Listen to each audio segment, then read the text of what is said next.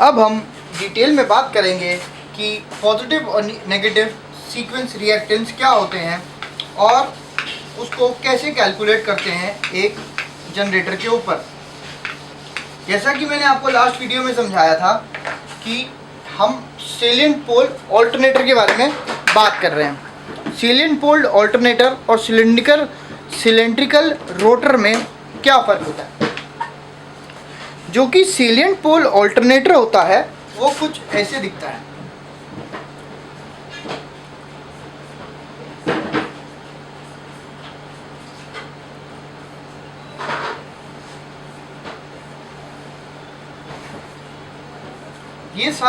ये सारी पोल्स हैं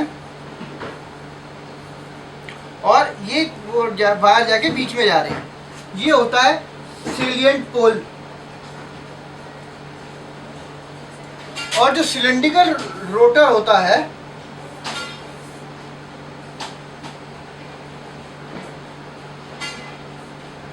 ये ऐसा दिखता है। तो ये होता है कंस्ट्रक्शनल डिफरेंस दोनों के बीच में। दूसरा डिफरेंस क्या होता है, इसके अंदर फ्लक्स लिंकेजेस जो होते हैं वो कम होते हैं, ज़्यादा होते हैं।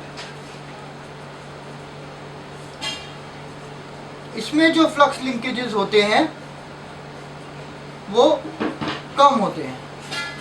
दूसरी बात, ये लो स्पीड ऑपरेशन में काम करता है। इसका मतलब है इसकी जो स्पीड रहती है वो रहती है 0 से 1500 आरपीएम के अंदर, और इस वाले की जो स्पीड रहती है सिलेंड्रिकल रोटर वाले की वो रहती है 15 से 3000 आरपीएम के बीच में।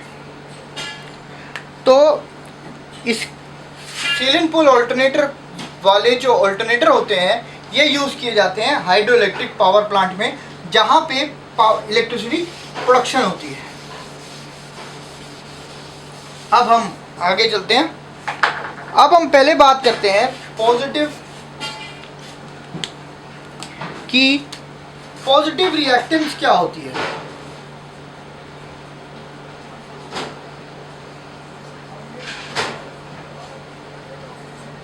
पॉजिटिव रिएक्टेंस होती है फ्लो टू द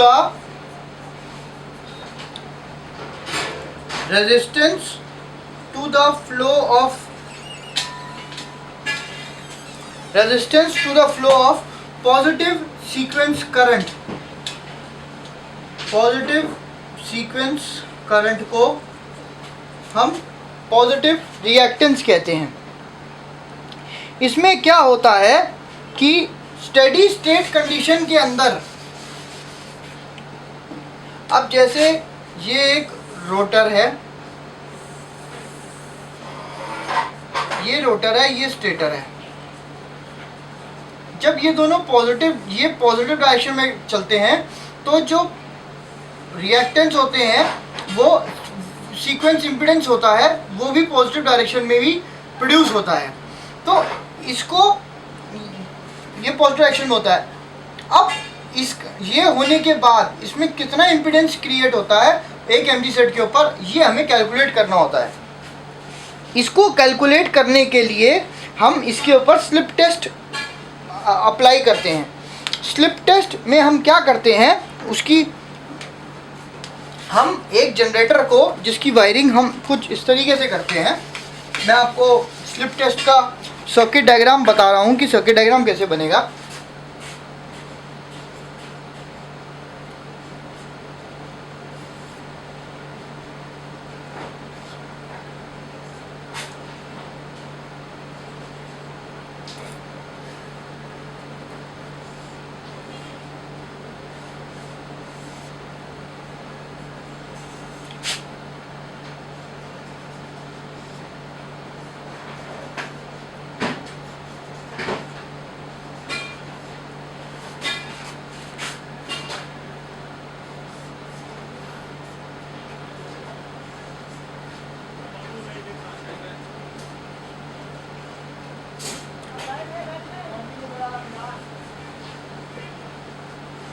ये मेरी डीसी मोटर है,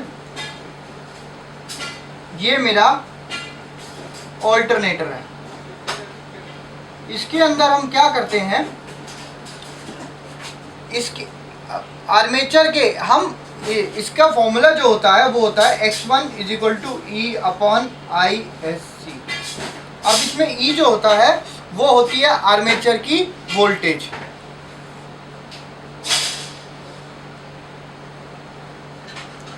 तो positive reactance offered to the positive flow of current. तो इसके बाद हम ये जो ISC लेते हैं ये होता है हमारा शॉर्ट सर्किट करंट। हम क्या करते हैं, एक फेज के बीच में ये लगा देते हैं, उसके बाद हम अपने इस फील्ड को धीरे धीरे वेरी करते हैं, उससे हमें शॉर्ट सर्किट करंट मिल जाता है। तो जब हम ये फॉर्मूला लगाते हैं तो हमें मिल जाता है पॉजिटिव रिएक्टेंस। अब हम अगला एक्सपेरिमेंट करते हैं। अगला एक्सपेरिमेंट का मतलब होता है वो है नेगेटिव रिएक्टेंस का, मतलब नेगेटिव इम्पीडेंस का।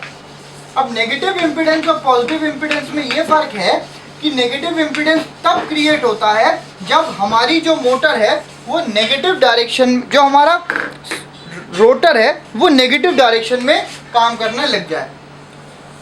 ये हमारा स्टेटर है या सेलिएंट पोल,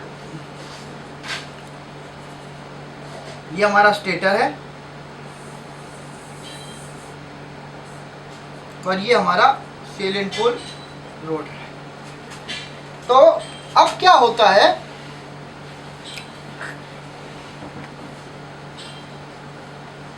ये सेलिएंट पोल रोटर है और ये हमारा स्टेटर है। अब क्या होता है, हम पॉजिटिव रिएक्टेंस होता है जब ये इस डायरेक्शन में, सेम डायरेक्शन में चलता है, और नेगेटिव रिएक्टेंस होता है जब ये नेगेटिव डायरेक्शन में चलता है। तो इसको नेगेटिव डायरेक्शन में कैलकुलेट करने के लिए, जो नेगेटिव रिएक्टेंस निकालने के लिए जो फॉर्मूला होता है वो है Z2 = वोल्टेज अपॉन √3 ISC और x2 = Z2 × sin phi, where phi = P/VI cos inverse. इसका मतलब है अब हमें कितने पैरामीटर कैलकुलेट करने हैं अपने पैनल से। हमें एक करना है ISC, दूसरा करना पड़ेगा हमें फाई, और तीसरा करना पड़ेगा हमें पावर। इसका मतलब है हमें तीन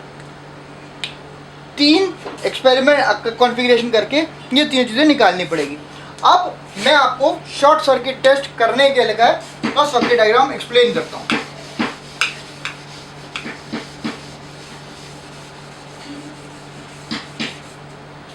मैं सिर्फ अभी ऑल्टरनेटर वाला डायग्राम बना रहा हूँ, जो कि ऑल्टरनेटर साइड पे कनेक्शंस होंगे।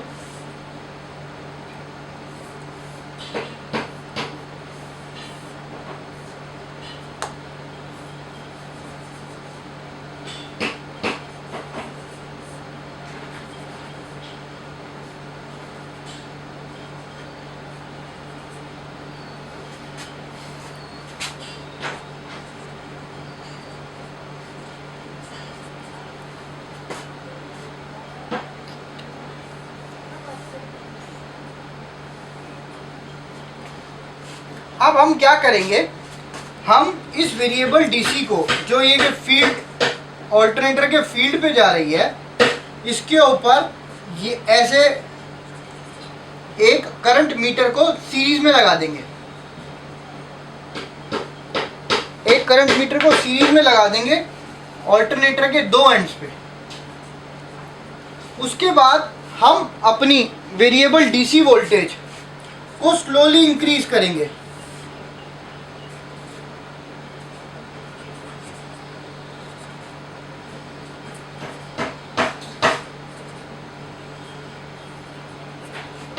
और हम देखेंगे कि जो इसकी फुल लोड कैपेसिटी करंट है 2 एम्पियर, ये 39 वोल्ट पे आ रहा है।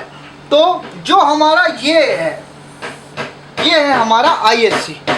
तो अब हमने शॉर्ट सर्किट करंट निकाल लिया है। शॉर्ट सर्किट करंट का मतलब ये होता है कि आपने ऑल्टरनेटर के दो टर्मिनल्स, किसी भी दो फेस को शॉर्ट कर दिया है बीच में करंट मीटर लगा के। उसके बाद जब आप धीरे धीरे फील्ड वोल्टेज को बढ़ाएंगे तो ऑल्टरनेटर अपनी सेट करंट अपनी रेटेड करंट को रीच कर लेगा, जो कि है 2 एम्पियर। ये करके आपको ऑल्टरनेटर को बंद कर देना है। ध्यान रखिएगा कि जब आप इसको इंक्रीज करें तो इसे बियॉन्ड 40 वोल्ट या लेस देन 2 एम्पियर ना लेके जाएं, और ना ही उसको ऑन करके छोड़ें, वरना जनरेटर खराब हो सकता है। अब जब हमने ISC कैलकुलेट कर लिया है, अब अगली चीज जो हमें कैलकुलेट करनी है वो है पावर। वो कैसे कैलकुलेट होगी? हम एक वॉटमीटर लेंगे,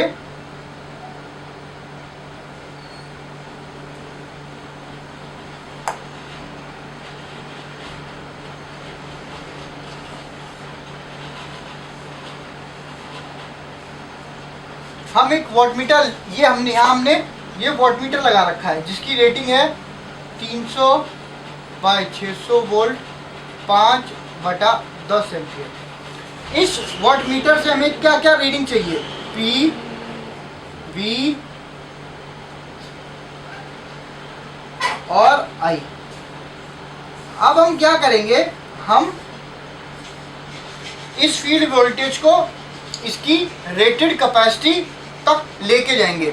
रेटेड कैपेसिटी मतलब इसकी रेटेड कैपेसिटी है 400 वाट, 415 वाट इंटू 1.81 एम्पियर।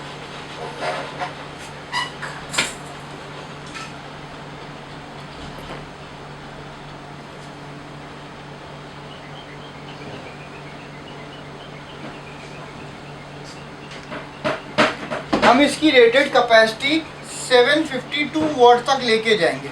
वो हम कैसे लेके जाएंगे? हम इस फील्ड वोल्टेज को बढ़ाते रहेंगे। जैसे जैसे हमारी फील्ड वोल्टेज बढ़ेगी तो हमारी पावर बढ़ जाएगी। फिर हमारी 752 वोल्ट, ये पावर आ गई 752 वॉट, करंट हमारा आ गया 1.81 एम्पियर, और जो हमारी वोल्टेज आ गई वो आ गई 415 वोल्ट। हमारी ये आ जाने के बाद हम इसको इस फॉर्मूले में डालेंगे।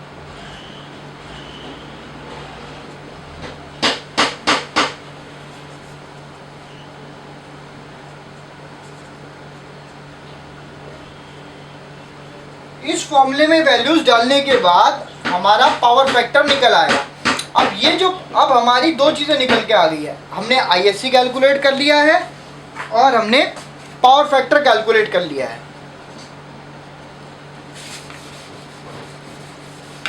अब इन दोनों फॉर्मूले को इस वाली इक्वेशन में डाल देंगे।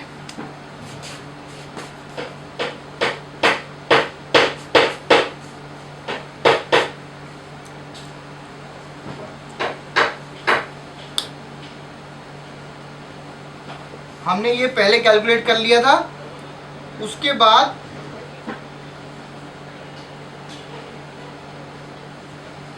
और फाई हमारा लास्ट कैलकुलेशन से आ गया। तो इस तरीके से आप positive and negative sequence reactance निकाल सकते हैं of a salient pole alternator.